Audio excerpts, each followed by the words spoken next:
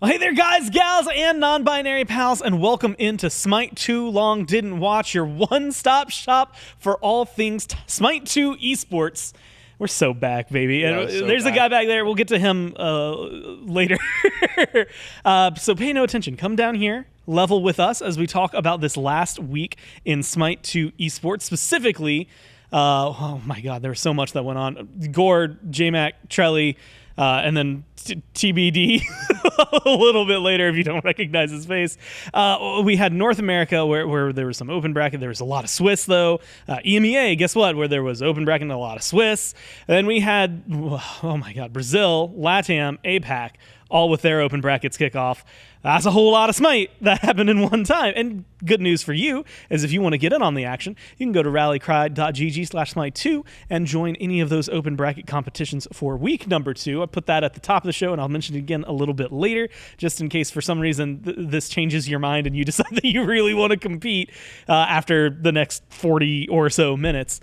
But we had a lot of fun in that we got to see the beginning of Swiss, where 16 teams per NA EMEA got to show up, random seeding against each other, and just kind of play their hearts out, best of 3, see what we could get out of them, and kind of how this meta is like shifting ever long.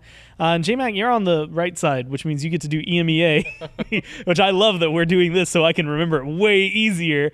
What all happened last week? 'Cause like I saw all the sets I was part of, but yeah, so EMEA was interesting in that, well, not as much as the top end of teams. We kind of got the expectations. Giovanni Giorgio was able to find themselves a win. Team Risk, Smoke Break. The kind of expected teams were finding some victories throughout all of their matchups. It was some of the maybe unexpected teams that people haven't been keeping as close of an eye on. Teams like Chase the Enemy, Titans Reloaded able to find some victories.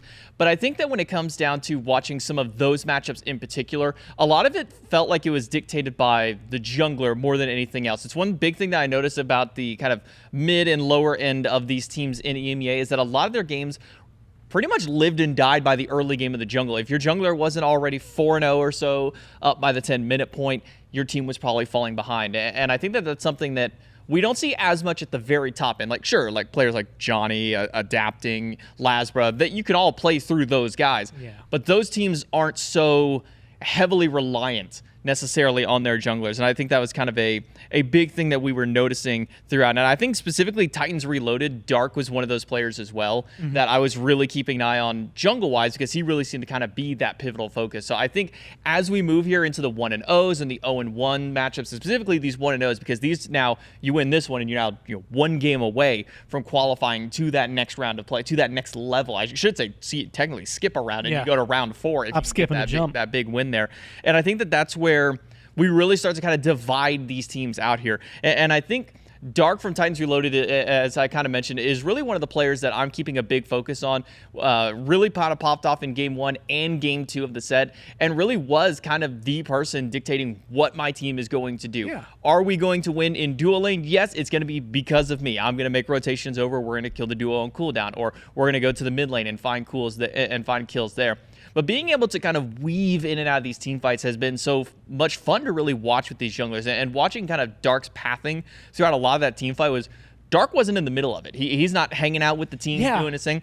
He's off on the side. He's over at a mid camp, or he's over in a lane saying, okay, I'm just going to sit over here for a second. Team fight's kicking off. I'm going to wrap around the back, get a pick, and then I'm going to wrap around there. And using this Loki, which I think is a pick that we'll probably be seeing a lot more of, because I think that this is a really powerful jungler, in that if you can start getting kills, it's really easy to just keep those kills rolling. Getting the reset on that stealth means you can get into a fight, get out of a fight, or use that to get back a little bit further in, get that extra cooldown reset. So I think with this team, and specifically because for Dark and Titans Reloaded, they're just going to have difficult matchups from here on. You got through what we'll call the easy phase, which is one of the teams that's relatively close to your level and skill in this pack. But now you're moving into some of the more difficult teams. Eventually, you're going to be facing off against the likes of Smoke Break or Team Risk or even Giovanni Giorgio, maybe even teams like Mockingbird or Scorps later down the road, which are some of those teams that we've kind of classified in that top end of play. And kind of talking about Smoke Break, I think that this is a team that maybe surprised me a little bit this week, in that their matches really weren't as clean as we would have expected. We were kind of touting the praises of Team Risk and Smoke Break. Those are the number 1 and number 2 teams. But when Smokebreak was playing against DDK this week, it wasn't like an easy necessarily game for them, especially in their second game. It was a game where they're down a few thousand gold going into a Fire Giant. It's really the team fighting that makes up everything, and especially Johnny, a player I mentioned before. I just talked about, oh man, junglers, they maybe the lower end depend on them too much, but I think that Smokebreak has that uniqueness with Johnny in particular, that they can play through Johnny. He can be their hyper carry. They can run through the game, no problem whatsoever. But Johnny also has that secondary playstyle, which I think we saw a little bit more in previous games and in previous matches, where Johnny sits back, doesn't really care what's going on. He's going to farm forever.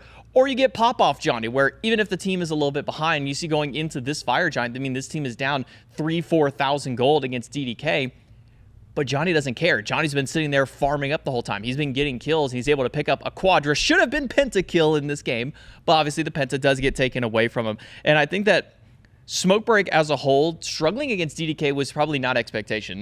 When you look at Smokebreak and Team Risk, unless they're going up against one another, Giovanni Giorgio or maybe Mockingbird and Scorps, this is one of the two teams that should be expected to just kind of steamroll through competition, but they showed that they have some struggles. And I think that gives a little bit of light maybe to some of these mid-pack teams, maybe GG, maybe some of the other ones I had mentioned have that chance that, maybe we can beat Smokebreak. Maybe they're not as unbreakable as we may have thought going into the previous weeks. But I think more than anything, that should have been for a set, kind of an eye-opening for Smokebreak, that you are a top team, but you can't just allow enemies to kind of just control the early pace in the game. Johnny is really good, but there might become a point where if you get too far behind that, not even Johnny can necessarily save the team. So I think that's kind of the big thing to really look for. And one of the teams that we talked a lot about in our previous two segments, it's one that I talked about, it's one that Trelly kind of talked a lot about last week as well, which is Yodi Gang. This is a team that was right at the cusp of being in that kind of top 4, maybe top 5. Just kept getting knocked down by teams just slightly higher ranked than them. You literally, they'd face a rank 3 or 2 team in the first round. It was so unfortunate for them. Yeah, I mean, they would play against a team that was just slightly higher ranked above them, and so they end up getting into that kind of top 8 selection for such a long time. And we were sitting here going, man, all Yodi Gang really needs is just one good moment. They just need one good game to kind of catapult that forward. And they finally got that success this week, but I think now is another big test for them, because we talk about how Yodi Gang has that potential to kind of break into that top 5, maybe even top 4, depending on how things can go. As it stands, for EMEA, the way that I see the breakdown is you have your top 2. You have your Team Risk, your Smokebreak. Those are your number 1, number 2. I would probably say respectively right now. Then you have that 3 through 5. That's Giovanni Giorgio, Mockingbird. And before I had Scorps. Now that Scorps have suffered a little bit in this past week, maybe not as much into that ballpark. So I would say maybe 3 and 4. And then now it's your 5 through 8. That next gap, that kind of next echelon. Yodi Gang has what it takes to break into that top 3 to 5, I would say. But right now we need to see how they can fare against Mockingbird, because so far for both them and for Mockingbird, they've fallen to teams who have been top 3s. In previous weeks of play, their losses were dealt to them by either Team Risk, Smokebreak, or Giovanni Giorgio. So they've had to play the top teams and haven't found the success in that top 3. But this is a chance now for Yodi Gang to really step up to try and find themselves into that top 4 potentially. That I would say at the very least, top 6 is where I kind of see Yodi Gang at the moment. I think that they still have a little bit to work with before they can really solidify themselves in that really top half, that top upper echelon. And one of the things that maybe surprised me when we go from the first week of open bracket, because if I remember correctly, week 1 of open bracket and week 2 of open bracket and week 1 of Swiss both played on same patch. There was obviously some bug fixes and some minor balancing that may have come between week 1 or week 2 of open bracket and then week 1 of Swiss. But not so much that I expected the Morgan to be the mid laner that kind of rose into favoritism. We saw a little bit of Kukulkan at the end of the open bracket, but coming into week 1 of Swiss, Morgan was really on the rise. And it was a lot of these combo style plays. It's Morgan plus Fenrir, or Morgan plus Loki. And we really did see that this Morgan has a lot of potential if put into the right hands. A lot of what we saw Morgan-wise was build a ton of build a ton of cooldown, use whatever teammate or enemy team is ahead, especially if it's a jungler, and just pull plays like this where you're double Loki ulting 3 people. Team fight after maybe didn't go the most fantastic after that play. It kind of started falling apart a little bit. But you start to see what the capabilities and what the potential that the Morgan has as a god pick, especially when you're playing off of a jungler who at that time is pretty far ahead. Others able to really get some good momentum going, and so then you immediately see, okay, well, what if we throw our own, throw a second Loki in there? If he's doing good, surely a second one can't be bad. And I think that there's a lot of potential that the Morgan can unlock. One thing that I've been seeing in ranked games, in some scrims, but not maybe to the extent, is that I've been seeing a little bit of Morgan kind of in the duo lane, playing in that carry role, and you build her just like you would build like a Jingwei or Soul. You build a lot of strength, a lot of attack speed, and a lot of crit. Because that passive that she has, all those little ticks that you get from that passive can crit, and it starts to stack up after a while. Obviously, that damage in that style of build isn't as effective as it was when it comes to objective play with the nerf that it came to only dealing, I believe, 20% of the damage to an objective. But there's still a lot of potential around that pick. And then if you still need a Morgan, you've still got a Morgan. You can also just throw a carry or another burst style character in the mid lane. There's a ton of options available that way. You can throw the Kukulkan, the Hecate, and the Neath are all three really big options that we've been seeing. So I was kind of surprised to see how much Morgan was popping up. There may have been a couple of struggles. I'm mostly looking at Dardes, who had a bit of a rough patch on the Morgan, given though he was kind of getting camped by Rapio in that game and didn't really get to do a whole lot. And I think that's kind of where I want to come to my next point is Scorps. I think Scorps is a really powerful team out of week number 1, and I think that they have the potential, maybe not necessarily to be in that top 2 spot, to get that first round of qualification, but I think that this is a team that can get into the 2-1 bracket and then put themselves kind of into that next qualification, that next batch of 3 that can go in. Because moments like these, I mean, this is a 2v1 that Rapio takes, and it just goes so well for him. I mean, this is a game that Dardes was struggling. In this clip, already starting out 0-2, dies in the middle of here. I think Dardes ends up going like 0-5 or 0-6 before he really starts to get some momentum going. And Scorps are able to find a weakness and exploit it. It's okay, well, Dardes is just dying in mid. We'll just kind of keep going that direction. But I think the next big push for Scorps is not only being able to find a weakness and exploit it, but also be able to then transfer that to another role, into another lane. Because what we see so many times at top level of play is if your mid laner is getting camped, as a jungler, I ain't touching that lane. I'm not going to mid. If my mid laner is 0-5, that guy can't get me a kill, I'm done. Good luck. If you survive to level 20, you've done your job. If you can get 4, maybe five items up there, you're good. But what the top teams do when they recognize that is they then instead start moving over to other lanes. Okay, so if mid is suffering, we need to make sure that either my dual lane or my solo lane is going really well. We need to make sure that if I'm losing somewhere, we have to be winning somewhere else. And that's the translation that we need to see from Scorps moving into the future weeks. It's, yes, you got Dardes down, but you can't let the rest of your map suffer just because Rapio is having a pop-off game against Dardes. You need to make sure that the rest of your lanes are also getting some level of benefit. And I think another big thing that comes down, maybe not even necessarily just as a region, but really as a whole, but specifically for EMEA, this is a region all throughout competitive history from Smite 1 now into Smite 2 that can just drag a game out. If they are having a hard time, as long as you keep within like 4,000 or 5,000 gold up to that 20-minute mark, you can delay a game a little bit longer. You can bring this out to 30 minutes, 35 minutes, wait for a fire giant or 2 to go down before you start really kind of bouncing yourself back. I mean, we saw it with Smoke Break versus DDK. They're down 4,000 gold, 21 minutes in. Fire giant fight is all Smoke Break needed to find a win there. So I think that for EMEA, getting your early leads is very important. The early game is probably the most important part of the game right now, is that first 15 minutes. But if your lead is not exponentially higher than everybody else by that point, you have to have your fallback plan of what do we do in the team fights? How do we kind of continue to keep our lead and continue to find those extra pushes? Is it going for these early Ancient Furies, trying to push that objective out of the map by 24, 25 minutes?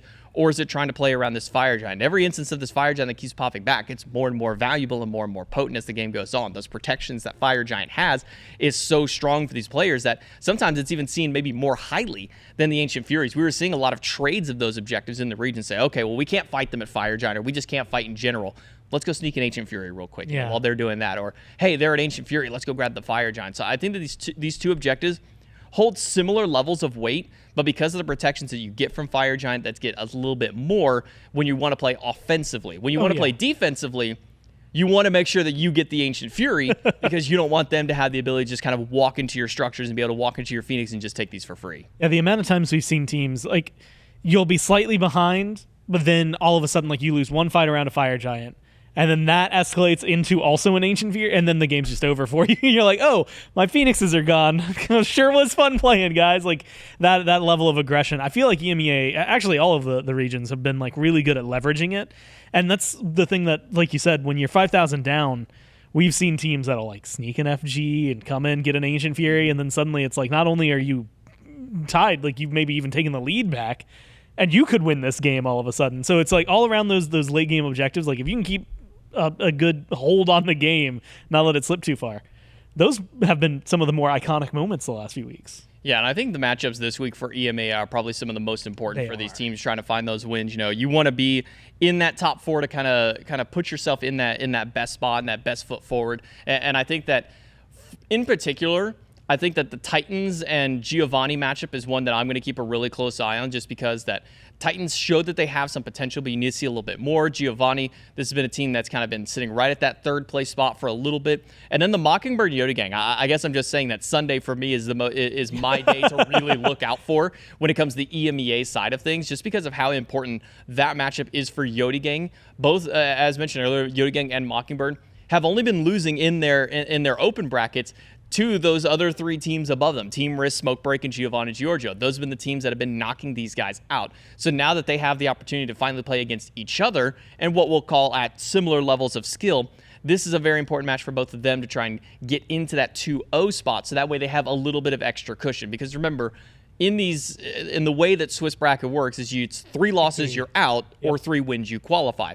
Starting out 2-0 is a whole lot better than starting out 0-2 or even at that 1-1 point, because now you have a lot more kind of wiggle room to play with. If you are at that 2-0, goof up, you have a bad week, no worries. I still got at least 2 more weeks to go. But you don't want to get to the 2-2 and go, oh, well, now I've only got 1 more week, I got to lock in. So I think that's why this week is so crucial for Yoda Gang and Mockingbird. I think for Giovanni Giorgio as well, because remember, all of these are also random seeded going into the next round of play. So it's very possible that if Team Risk and Smokebreak win next week, that they could be playing against each other, and then only one of them can qualify for now. 8 teams will qualify. You know, one of them will have to take the loss and play again the next week to try and qualify upward.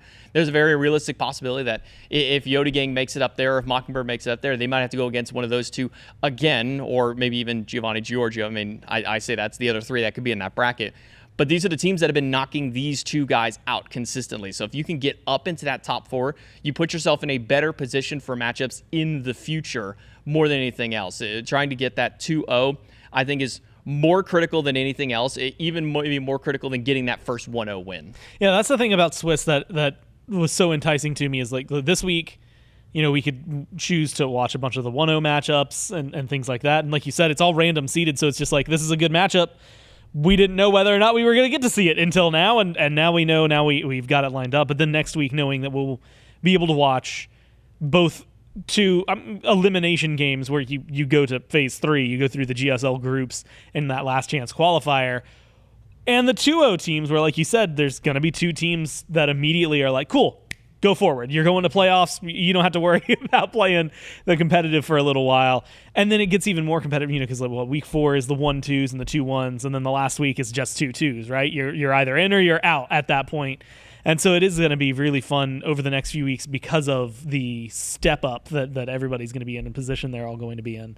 And it does sound like Sunday's like your favorite day. Like, if you're going to tune in. Well, if you're JMac, tune in on Sunday. If you're you, please tune in both days. I want you to be there personally. Is there any, wrapping thoughts, any predictions, or anything crazy you think we might see this weekend? I don't think anything will be too crazy. Obviously, we're not going to be showing the 0-1 matchups, but if there are any players kind of streaming those POVs, definitely tune into them, because there are still some good teams down in the 0-1 side that maybe just got an unfortunate matchup in round 1. You know, if you have to go up against Team Risk or Smokebreak in round 1, it's never going to be a really fun day for you. So I think that there's still a lot of potential down in the lower end of the bracket. Well, it's going to be fun. And that's actually another thing to shout out, and I'll say it right now, which is a lot of other regions, a lot of people who were playing in these games, both EMEA, NA, and I believe in some of the other regions as well, they're streaming their games. So, you know, tomorrow when you're tuning in, if you're watching this when it drops, otherwise Saturday and Sundays when you're tuning in at 11 or 1 or 3 or 5 for your favorite teams, or if that just happens to be when it's able to join in, just remember, there's also a ton, throughout the Smite 2 directory. So if you want to like get like one of those like little multi-twitches where you have like 9 screens going at once, it's a good way to consume a lot of Smite because there's so much going on. But that's EMEA. That means I can bring back this guy. I never left. Almost forgot He never you were left. here. He's just been sitting there. I've been sitting here patiently. And you know what, Shelly? We appreciate it. I deserve a gold star on the board. We have Yeah, a board we're back gonna get there. it- we're gonna I get- got a couple. I have the most, actually. Our good noodle board. Good noodle Most out of stars, anybody. Yep. No one's ever seen this many gold stars before. 74. But anyways, How about NA, huh? yeah, EMEA is cool. But I was in charge of NA, which is now the superior region until I'm back on EMEA next week. And one thing that I've been I like that very... you waited until you were off Yeah, camera. J-Mac is now gone and cannot rebuttal. There's one thing I've been very vocal against in a negative way. It's been these funny guys who change their name and think they're so cool, making their little team names about their new name. And it's like, I knew you as your old name. Why are you changing your new name?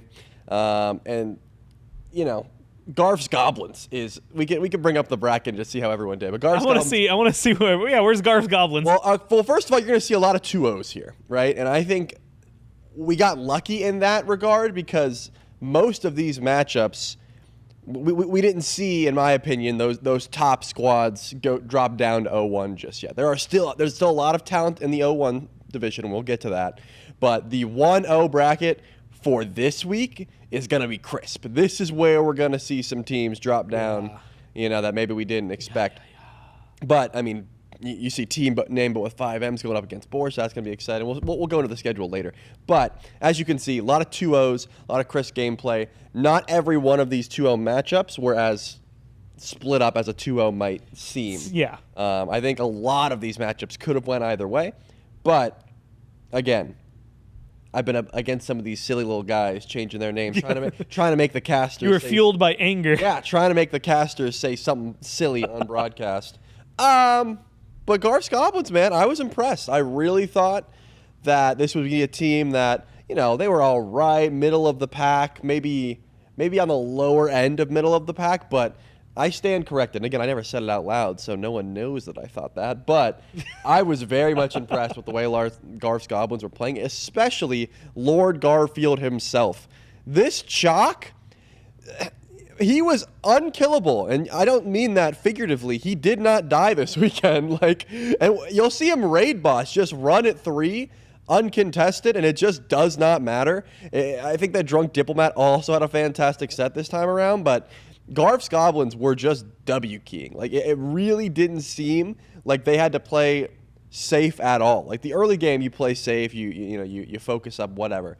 But once it got to 20+ minutes, we're gonna wait for our Fed Chalk to roll up, and he's gonna W-key you guys, and you can't do anything about it, man. I was thoroughly impressed with Garf's Goblins, and I think that they are going to be a force to be reckoned with. Definitely earning at least a little bit more respect for me higher up in the standings. And I think being a 1-0 team in a bracket this stacked is nothing.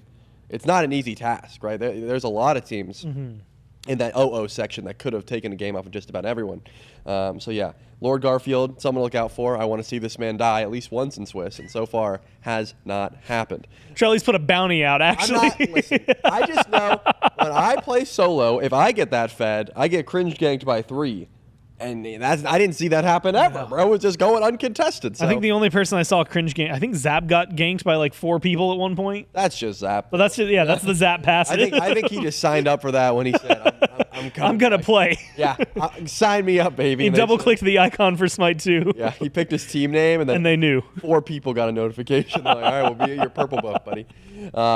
Next up, Look Within was a team that I found very interesting to watch as well because it's not easy. If you're not one of these established squads, it's not easy to make a play from behind, right? You can't. J-Mac was talking about how strong Fire Giant is with the protections, things like that.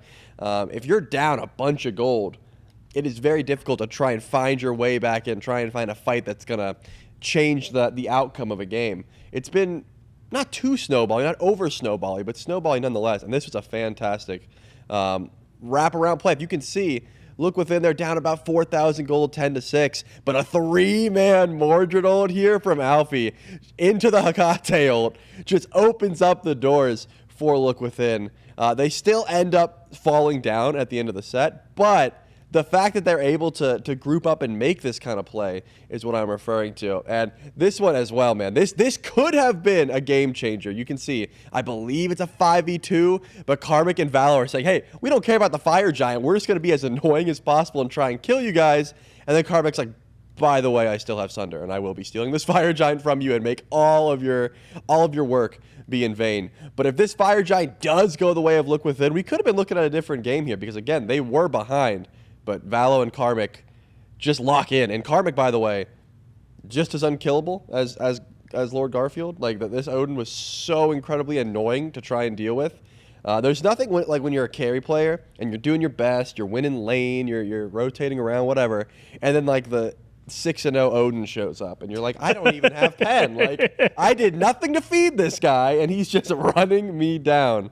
So yeah, that was back-to-back. Very close plays from Look Within that did not end up netting anything, but very much could have. And Food Drive for Globe, they're not a bottom tier team. They're very solid. So I think that shows at least some bit of level that they can compete in the 0-1 bracket. Just falling down 0-1, it's not a big deal. Remember, you do have 3 lives essentially. So that's going to be a squad to look out for sure. And what we're calling the loser side for now, but there's not really a losers and a winners. There's just records in Swiss. So definitely keep that one in mind. Another team that I had was Alec Hate Club, the AHC as we call them. And AHC, what I noticed about them is they do a play where you're down like 10,000 gold, and instead of like sitting under your Phoenix, they just like pull fire. You know, like they just like push a Phoenix down. They just make questionable plays to try and save their game. You can see 7-13, about a 9,000 gold diff, and Alec Hate Club's just pulling fire. Like, let's just go for it. Why not? Let's see what happens. They end up confirming, but you'll see they kind of get ran down after, and it doesn't end up working.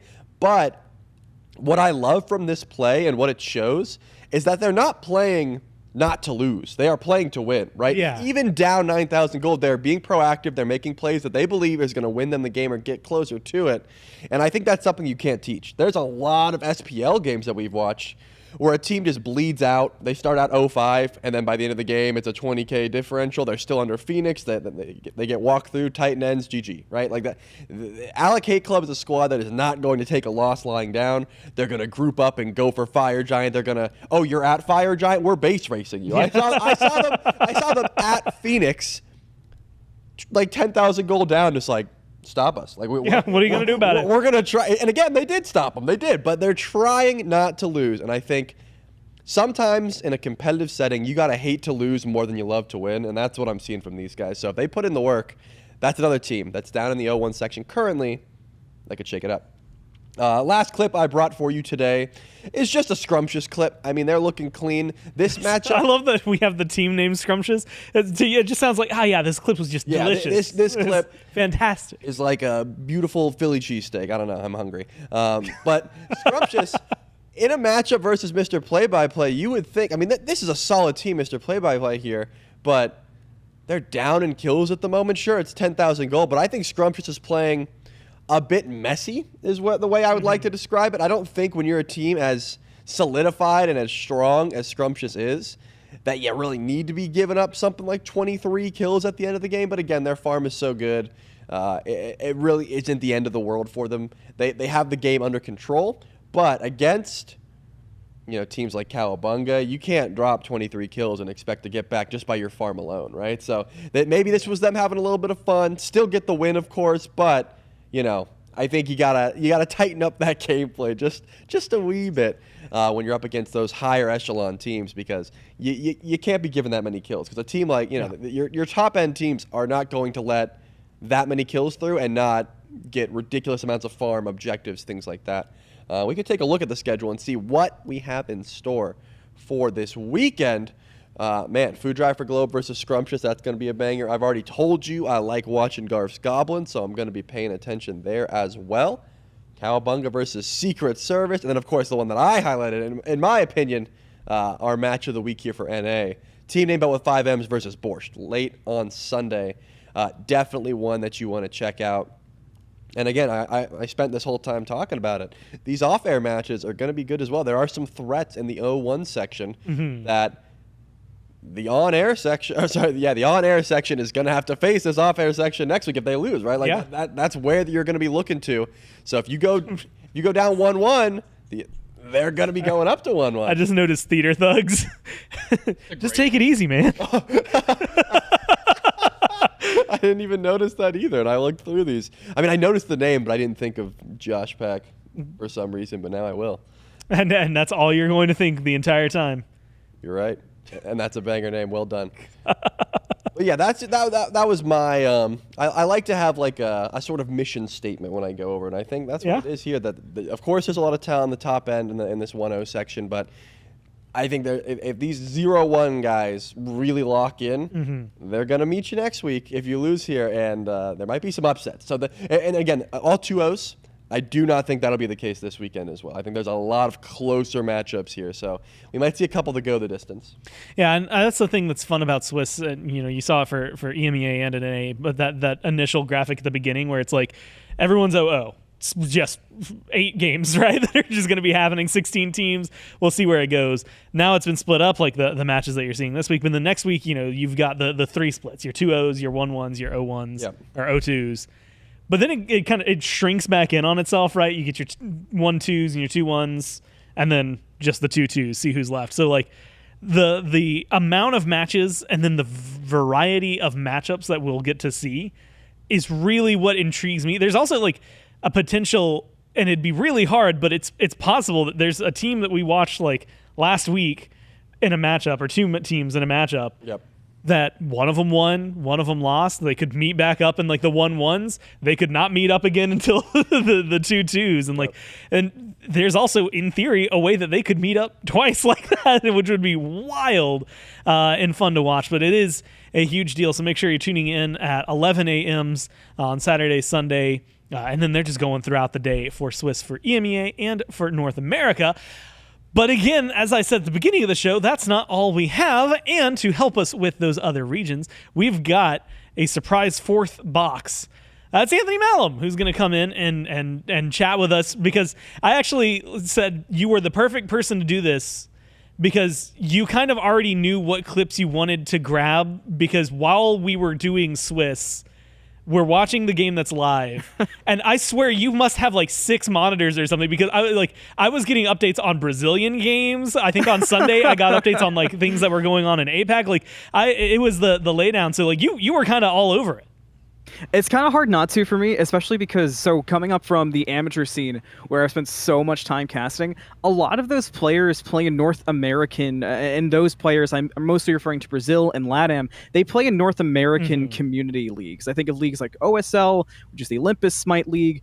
There was Volpes for a while that was incredibly popular. Of course, there is a few LATAM leagues and such, but a lot of them like to play in North American leagues for some prize pools and to meet other people as well. So I knew a lot of them, so I was super interested in seeing how they would do, how it would go. And for LATAM in particular, there was also some casting being done for it. Shout out to Dilo, Piku, and Tess, who were running as a sort of production team. I think they called it Smite in the Sewer. So they have a whole theme and branding for it, but they were casting LATAM on Saturday following the bracket through, and it was really enjoyable to watch. A different brand of Smite. I mean, it's kind of natural, other regions have different styles of play. J-Mac talked about it earlier, how we all in our heads for olden days of Smite always had this, EMEA, they're going to play slow, methodical, cerebral. And for LATAM, APAC, and Brazil, they all kind of bring their own thing to the table. Flavor. Yeah, the different flavor, exactly. For LATAM in particular, I thought it was really interesting talking with both Piku and Dilo, and the way they were describing it to me was it's chaotic in the sense of a lot of the LATAM players like to look at EMEA for sort of references and stylistic choices of play, but then they get in game and it just becomes, we can still fight 5v5 mid because the minions aren't even here yet, so what's it really hurt us to do. And I did actually bring some clips related. I believe I even have a clip of a 5v5 fight in the mid lane very early on in the game we can take a look at and take a listen as well. Pica, Va a picar. Va a picar, Dino, pica. Oh no, esto puede ser peligroso, pero mira eso, You can hear them yell for, it's a trap, it's a trap! Loco en el medio. Shaq recibiendo tanto daño, un básico más puede ser su fin. Pero va a sobrevivir. So this happened multiple times throughout the bracket. My Spanish is incredibly rusty, and most of what they've said flows right over my head. But one thing that breaks the language barrier is the "oh no" that gets dropped as they walk in. I mean, and that's something like we've been seeing a good bit of this. Like in NA and EMEA, I always feel like it's just two ships passing by each other. We always see 5 group up over here, 5 group up over here, and if we're really lucky, maybe there's a small skirmish. But nothing that explosive has happened. And they were telling me it happens nearly every game where there's some moments like that, because that was the first one that caught them off guard, because that was grand final. So they expected it to be very sort of chill, but then they get in grand finals and the teams are like, what if we run at each other?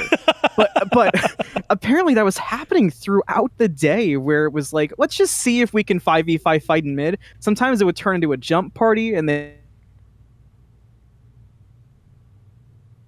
and God-wise that we see backed up by that is Ares in particular was a huge pickup for LATAM, and I definitely want to mention that because we'll hear that come back up again for APAC, as Ares was a standout character for other regions where with NA and EMEA, you know, it became aside from like I can think of Snatty, it was sort of like who? Ares who? But there's Odin and there's Ymir. Sorry, we're busy. You know. But talking more about LATAM, there was a few. There was a big standout team throughout the bracket that made it to the finals, and I want to talk about them first for a reason that'll be more interesting. Team Malibu, and we actually have a clip of them getting a pretty clutch fire giant that's pretty exciting to watch. So we'll check that out first, and I'll kind of talk to you about Team Malibu and their journey.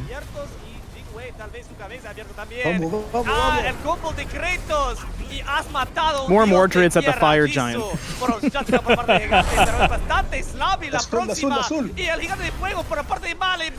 Killer va a caerse, pero su sacrificio bastante vale la pena. Nárese después. No te Soler, puedo creer. el perrito está muerto. Clay, la próxima. Teisigio por la parte de Malibu. Ellos han respondido. So in that fight, Malibu was 10k behind Team Juan, which is crazy just to be that far behind and have a fight that was so decisive to that extent. A lot of calls of sort of just madness, and they were talking a lot about the response of Malibu to not be afraid to fight in the fire pit like that. And Malibu throughout the bracket, they showed as a team that they weren't too worried about objective play. They were pulling it, but it was sort of like you get two kinds of teams. I usually in my games find myself with the chaotic bunch that's like, well, there's still one person alive. Surely we can't pull fire. Where with these teams, they're like, no, we're getting rid of everybody. There's nobody left on the map. Then we're going to go to an objective. We got to fight first. And that was Team Malibu throughout the bracket. And they looked so strong. And it was kind of consistent. I don't speak any Spanish, but I was tuning in as you were talking about throughout the day. And it was so funny because I became the traditional alt-tab viewer of, oh, they're yelling. And I'm looking over at what's going on to catch myself up. And I just was so shocked as we get to the grand finals. And I've heard them talking about Malibu throughout the day. Even in games they were broadcasting that Malibu wasn't performing great, it was still, Malibu's probably going to come back. We get to the grand finals, and I believe I actually have a clip of the grand finals end moment. And you'll see something surprising. Y el Phoenix va a aparecer solo por morir otra vez. Buen Kate. Esto puede ser peligroso. Doris lo primero para morir. Espera. ¿Qué va a pasar acá? Malibu todavía bajo. Well demasiado traído a cero por parte de Morrigan. Malibu intentando retroceder a su puesto. Necesita ayuda. Pero el Titan también necesita ayuda.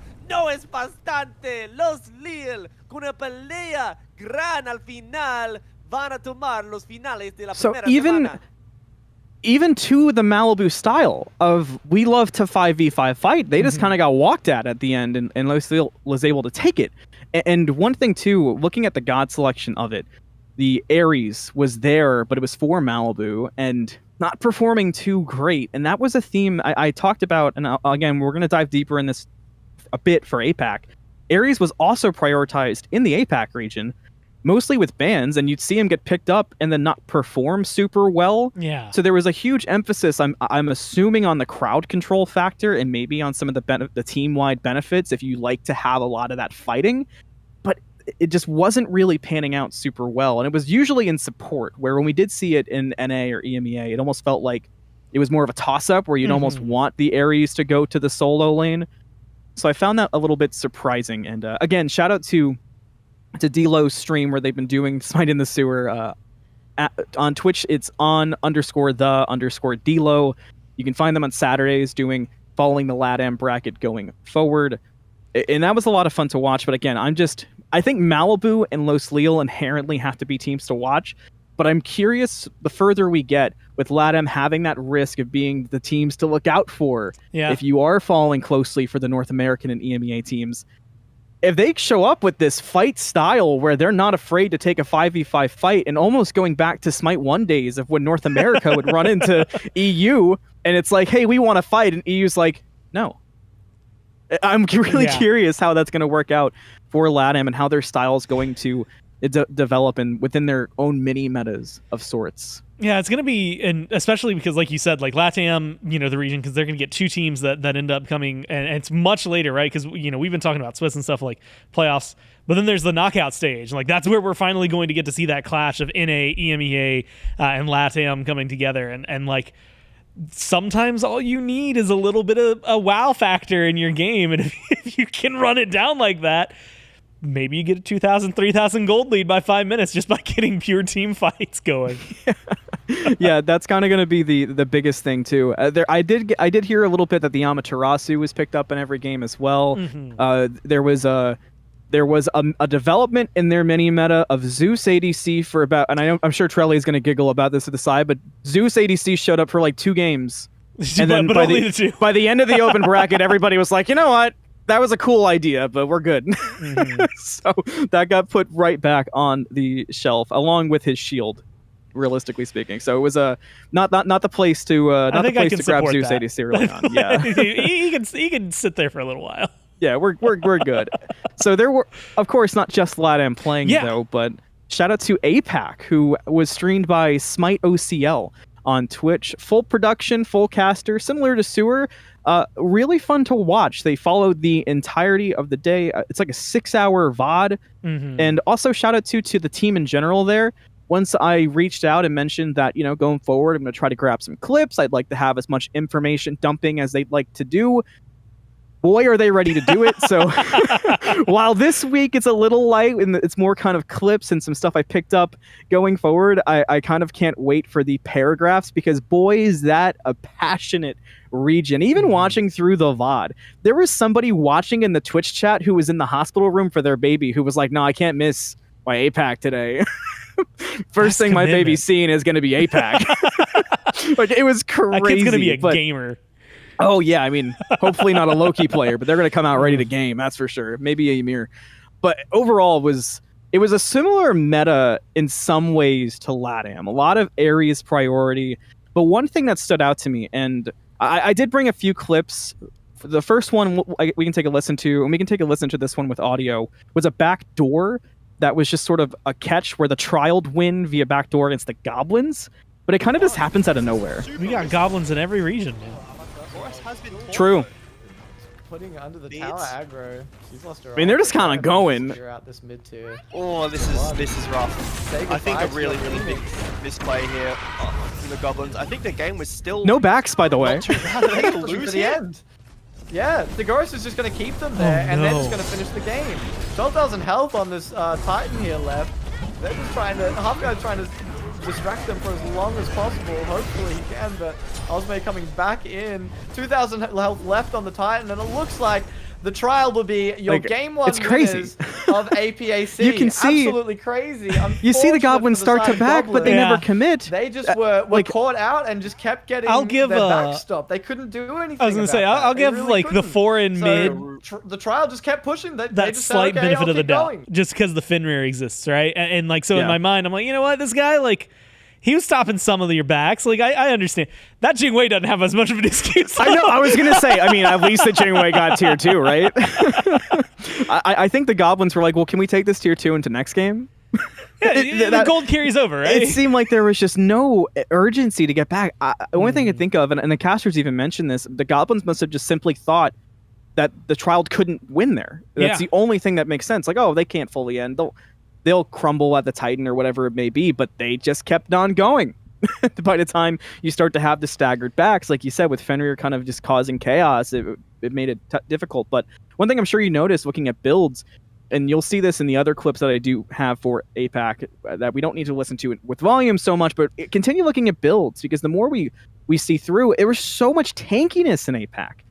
There was even a point, I mean, we were seeing Berserker shields. I know we saw this in NA, but we were seeing a lot of breastplates in mid lane. Everybody was building tanky as can be. I was seeing jungles go first item Mystical Mail after their Cudgel. It was really interesting to me how tanky APAC wanted to be. And there were a couple of favorites in APAC, which is this is sort of on the same thread, because looking at who was building what, why were you going tanky, the sort of two favorites to win the whole thing who did end up meeting in the finals were Fish, ? They're unsure about Fish, and Sunday School. Ironic, given somebody had mentioned in the Twitch chat, as I said, that their baby's first sight is going to be Sunday School winning the grand finals. They were feeling pretty confident. But those were the two favorites throughout the day. One thing I do want to look at while I'm kind of talking about the two favorite teams is I brought a couple clips of a failed end by SMITEPro against Fish, so we can see more of Fish as I'm kind of talking and yapping about them. But Fish and Sunday School were the favorites throughout the tournament.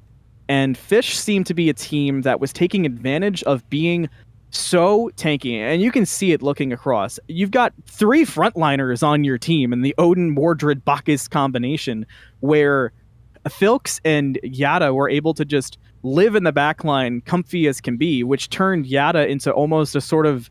Yada was playing Hecate like a jungler at times, I was seeing. And the casters had mentioned that Yada is kind of a known ranked demon for the APAC region, and that's where a lot of the playstyle comes from. But all these things I'm saying, they sound like team fighting, right? Well, Fish didn't seem to play that way all the time. It looked like they were more interested in controlling the space on the map, and something that Trelly was asking for a lot in North America, and I heard you talk about with EMEA, is trying to be where the enemy is not. Trying to control everything on the map. You see him left, go right. You see him at gold, go fire. And this is what happened here. SMITEPro were in a position to end the game. They had won a fight at Fire Giant pretty dominantly, and Fish said, okay, well, we can play this a bit more relaxed. They didn't even try to fight for Phoenixes. They said, you can have them. They waited till everybody respawned, and then they just took fights in the jungle. And you can even see in the previous clip, SMITEPro was kind of split in the jungle because they made the mistake of saying, oh, they're just making sure we leave the Phoenixes. They're not going to fight here. No. And all of a sudden, Fish are running you down with the goal of winning, and they were able to do it. So with APAC, you know, I feel like it's very known that it's a region that is passionate and knowledgeable about Smite. But to see the kind of macro play that I was seeing, and that was just kind of, again, skimming through the VOD a little bit lighter from these other regions this week, I was very impressed to see that level of gameplay, especially in the grand finals, which ended up being Fish versus Sunday School, which it seemed like nobody was surprised about whatsoever. And just to kind of keep on theme, I did bring a clip of the grand finals there to see sort of how Sunday School were able to secure the win in week 1 of APAC. But overall, I'm so impressed watching it because, getting to see the level of competent player that is in these regions that, you know, the average viewer may not have even, not necessarily considered, but just haven't peeked into. It gets me so excited about just Smite esports in general. And with Smite OCL continuously streaming all these events, make sure to check it out because there's a lot you can see that if you're a Smite esports nerd, if you just like Smite gameplay, you can find a lot that might surprise you in APAC in particular. I know I'm off camera, don't bring me on. The fact that player's name was SMITEPro on that thing is just hilarious, by the way. And APAC are bringing the comedy. I know that I wasn't on camera, but Malum, I hate to be this guy, but I believe their name is Fish instead of just Fish. I was thinking I that. know. Yeah, I just... Yours is very I wasn't gonna put the declarative if and I had like to a put the statement. emphasis every Fish? time, it would have become a whole thing, and then like every Oh, time and I'm here's where saying fish, fish? it's taking over my memory of it. It's just... They added the I don't know. question mark for a reason, and it seemed like you neglected it. Hey, I'm following the casters too. If they wanted you to be say fair. fish, it would have been an exclamation point, so... I do want to give quick shout outs to B- to Brazil as well. Yeah. Not as many not very clip heavy this week. I did talk to Power ST2. Gave me some interesting stuff. Nothing insane. A lot of players playing on ping. A lot of there's actually a few junglers playing for North America on ping who are Peruvian, so that's kind of interesting to hear. The favorites did not win, who were PPP. They actually came in second place, and that is a team that is playing on high ping. So sort of interesting to keep your eyes on Brazil, and I know going forward, a lot of them are going to be considering streaming more. So keep your eyes out for Brazil as well, and hopefully in the coming weeks, they'll have some more information to see what's going on over there. That's, I think, because I think there was like a channel that had it, but like the clips and like VOD just weren't available. So make sure you got those turned on as well if you happen to be that's pretty helpful too. From Brazil. And then with APAC as well, it's actually going to be maybe a little easier for people to find because now starting this week moving forward, starting at 4:30 a.m. Eastern, which is super early for us. I'm still awake. Over there for the folks across the pond, or even for the players playing in that region, that's closer to around like the 6:30, 7 p.m. kind of time frame for them. We'll be streaming on Smite Game now. So if you want to watch APAC and you're going to be either up that late or up that early, depending on where you are, what your sleep schedule may be, you can start tuning in at 4:30 a.m. EST on Smite Game to watch the APAC Open Bracket live with production casting and everything like that. Yeah. From the guys over from SMITE OCL. And that'll be like midday-ish, maybe a little early. Like it'll be morning to midday for like the EMEA, like that area. Yeah. And so you start Smite real early, and then we'll just keep going throughout the day. So that is going to be huge because, like you said, 4:30 Eastern, whatever the time you said, and in their real time, yeah, their real world. I think it's 4:30 EST, 6:30 p.m. AEST is the time zone over there. And that's going to be on Sunday, by the way. So yeah, Sunday in the morning. We are going to be watching all those Swiss matchups that we talked about a lot earlier. That's going to be starting Saturday at 11. It's going to be a whole host of Smite going on throughout the day, Sunday at 11 as well. And of course, as Malum mentioned, there are various streams. I've learned today more than anything that I think I'm going to want to tune in and watch the LATAM streams, because even though I might not understand what's going on, and this might be from watching a lot of like soccer clips and things like that, Smite sounds real exciting in Spanish, I have learned, and so that's something that I'm probably going to want to tune in a little more often to. But you should be checking it all out wherever you have the opportunity. And of course, join us on Saturdays and Sundays at 11 a.m. to walk through the Swiss bracket while we still have 4 weeks before we go to those last chance qualifiers and move on to other stuff. I'll go in order of what we did today. J-Mac, any final thoughts for the week? Tune in and watch. It's going to be a big weekend. Some really important matchups in the 2-0 side for EMEA. I think for all regions, there's just some very important matchups to try and get into that 2-0 side of the bracket. Charlie? I want someone to give Lord Garfield his first death of Swiss. Okay, right. There's a bounty out. Place. Yes. Malum, any final thoughts? Keep sending clips. Make sure you're streaming your POV, and also make sure if you're a caster kind of looking for some spots to get started up, consider talking to some of these teams from LATAM, Brazil especially, and even SMITE OCL. I know SMITE OCL's reached out to some North American amateur casters who are going to rebroadcast some games that they can't cover on their main broadcast. So lots of opportunities if you want to get into casting. I know Gora says this a ton, but that's the place to get your reps. Believe me, I know from experience of how many times I've spectated an SPL game and sat in the dark room casting to nobody with it. So make sure you're getting those reps in, and also hit me up with all that interesting gossip tea, whatever it might be. I'm an open an open door because I can't stop reading it. I mean, Power, I wish I could tell you guys the amount of information Power SD2 was dropping to me. He's telling me about their own roster apocalypse. I'm like, well, you don't got to tell me all that. He's like, but I want to. The most I got out of any like roster stuff that happened, and I'm sure we'll talk about it more over the weekend, but like I think like Sunday Bobby messaged me and he's just like, hey, I'm probably going to be available a little more. I'm like, all right, man. But that just gives you more of a reason to tune in and check out what's going on, because things are constantly changing, sometimes even the day of, much to maybe the admin's stress levels. But make sure that you tune in throughout the weekend. And thanks so much for watching Smite Too Long Didn't Watch. But from J-Mac, Trelly, Malum, myself, everyone back in production, of course, everyone here at Hi-Rez Studios, thank you so much for tuning in, and we'll see you this weekend in the Founder Series.